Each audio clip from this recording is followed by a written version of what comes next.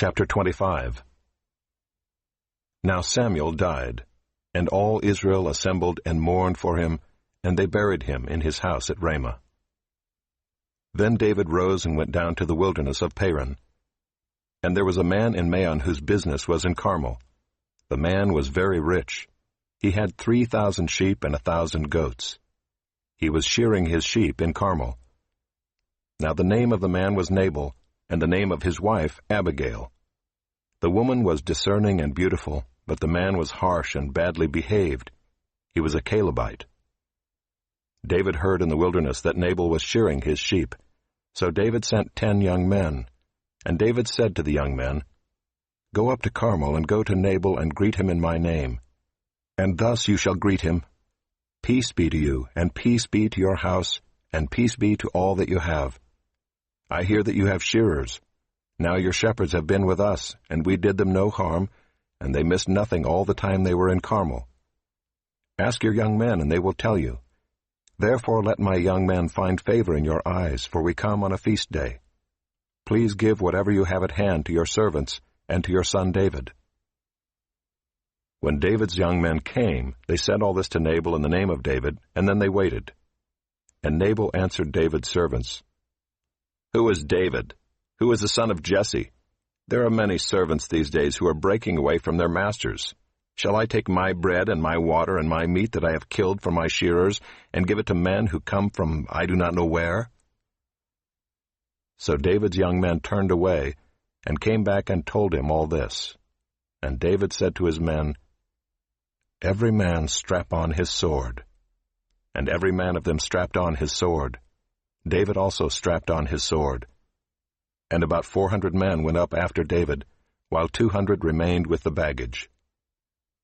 But one of the young men told Abigail, Nabal's wife, "Behold, David sent messengers out of the wilderness to greet our master, and he railed at them. Yet the men were very good to us, and we suffered no harm. And we did not miss anything when we were in the fields, as long as we went with them. They were a wall to us both by night and by day, all the while we were with them keeping the sheep. Now therefore know this, and consider what you should do, for harm is determined against our master, and against all his house. And he is such a worthless man that one cannot speak to him." Then Abigail made haste, and took 200 loaves, and 2 skins of wine, and 5 sheep already prepared, and 5 seahs of parched grain, and 100 clusters of raisins, and 200 cakes of figs, and laid them on donkeys. And she said to her young men, "Go on before me. Behold, I come after you." But she did not tell her husband Nabal. And as she rode on the donkey and came down under cover of the mountain, behold, David and his men came down toward her, and she met them. Now David had said, "Surely in vain have I guarded all that this fellow has in the wilderness, so that nothing was missed of all that belonged to him, and he has returned me evil for good. God do so to the enemies of David, and more also, if by morning I leave so much as one male of all who belong to him." When Abigail saw David, she hurried and got down from the donkey and fell before David on her face, and bowed to the ground. She fell at his feet and said, "On me alone, my lord, be the guilt. Please let your servant speak in your ears, and hear the words of your servant. Let not my lord regard this worthless fellow, Nabal, for as his name is, so is he. Nabal is his name, and folly is with him. But I, your servant, did not see the young men of my lord, whom you sent. Now then, my lord, as the Lord lives, and as your soul lives, because the Lord has restrained you from blood guilt, and from saving with your own hand, now then let your enemies and those who seek to do evil to my lord be as Nabal.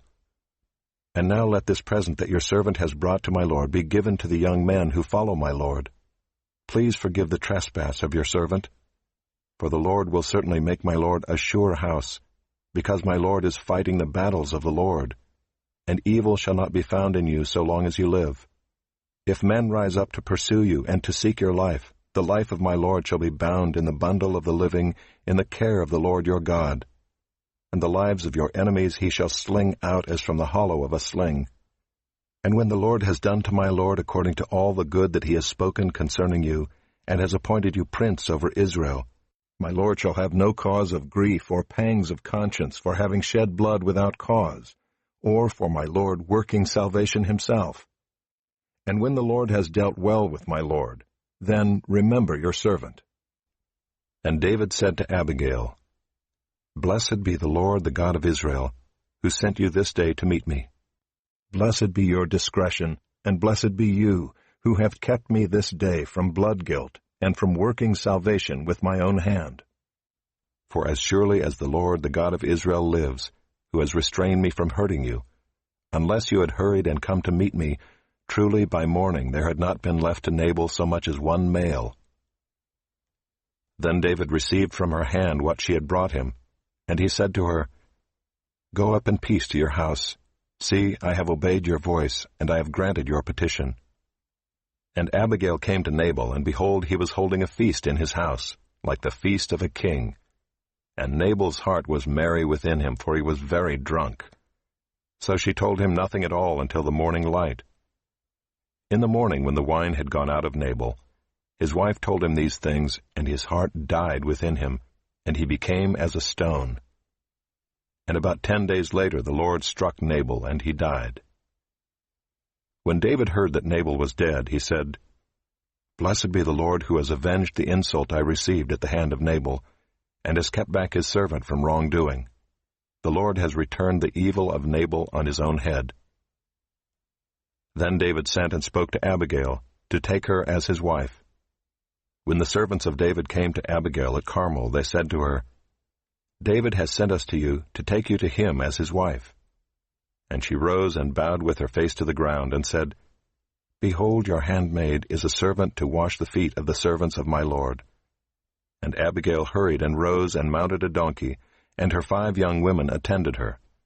She followed the messengers of David and became his wife. David also took Ahinoam of Jezreel, and both of them became his wives. Saul had given Michal his daughter, David's wife, to Palti the son of Laish, who was of Gallim.